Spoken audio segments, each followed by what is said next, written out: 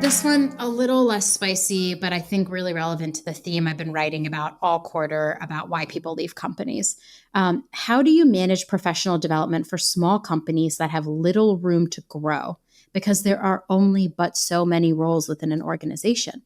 Can you even develop a development plan that helps someone feel like they are growing and learning, although they aren't getting promoted to the next level because someone would have to leave for that opportunity to arise? And it's a company of 55 people. Typical levels are individual contributor, manager, director, and VP. Yeah, that's tricky. I mean, but not illegal. So I'm happy with this question. Yeah, this one we can help you solve. Yeah. Yeah. The other ones, please talk to someone.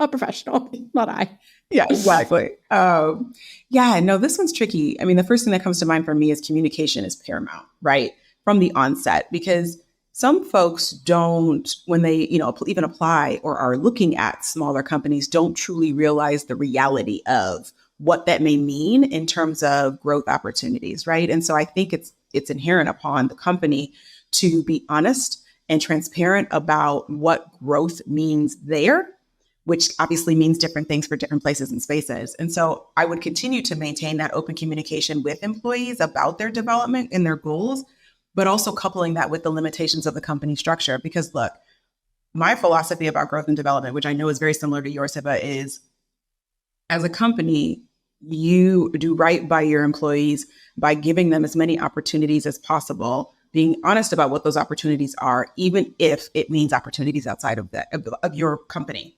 Mm-hmm. Your responsibility is still growth and development, even if someone decides to opt out post growth and development. You have then done a successful job as a company. But to limit it and or to restrict it based on hierarchy is like a no-go, especially now, right? Like the hierarchy and the structure should not be dictating people's growth and development opportunities. I also say that to say you can get creative. Like, and you've talked a lot about this, Hebba, like if promotion is the only way the folks in your organization see growth, you've got some overhauling to do, right? If you truly don't believe that, right? How do you market? How do you rebrand your organization as a growth and development hub, but give folks different ideas and options as to what growth and development means? Yeah. I feel like we really messed up as an industry when we conflate promotion with growth. I think it's so short-sighted. There are so many ways someone can grow, from learning a new skill to taking a new course to sitting in on different discussions happening at work to getting visibility into a new project to learning about what a go-to-market strategy looks like. Right? There's so many opportunities, and it doesn't have to be promotion. I also love what you said at the very beginning. Be transparent. If you're a 55-person company and you do not have anywhere to promote anybody, you should just say that. Hey, we're a small and lean machine. It means that we might not have promotions to the next level because we have someone there, but what we're committed to do as an organization is help you learn new skills to set you up for success here and potentially somewhere else. That part. It's really that easy, but people are so afraid to do it. Yeah. But here's the thing. I think you can be afraid to have those hard conversations, but I'm actually more afraid of what happens when we don't have the conversation.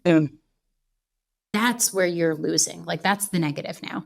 Now I'm in the negative. How am I going to get to zero? How am I going to get to positive? When you are afraid to have those conversations and just tell the employees straight up, we don't have a next step for you. Yeah. But what we do have are these other brilliant opportunities that we're willing to expose you to.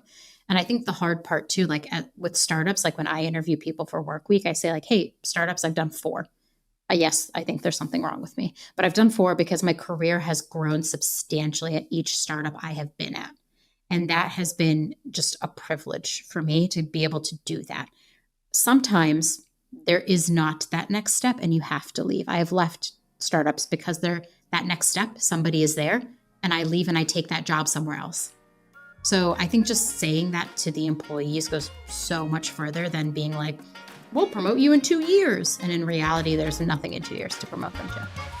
100%. It's not gonna work.